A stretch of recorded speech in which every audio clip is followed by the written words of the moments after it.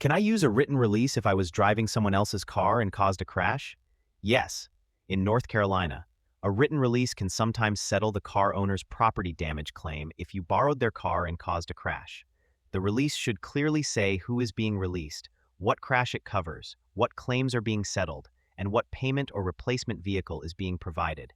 It should also address towing, storage, loss of use, personal property, title transfer, and whether the settlement is final.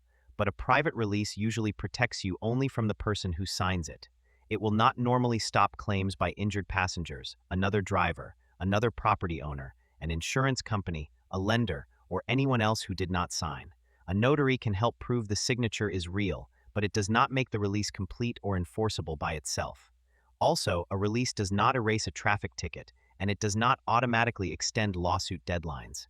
In many North Carolina negligence cases, injury and property damage claims have a 3-year deadline.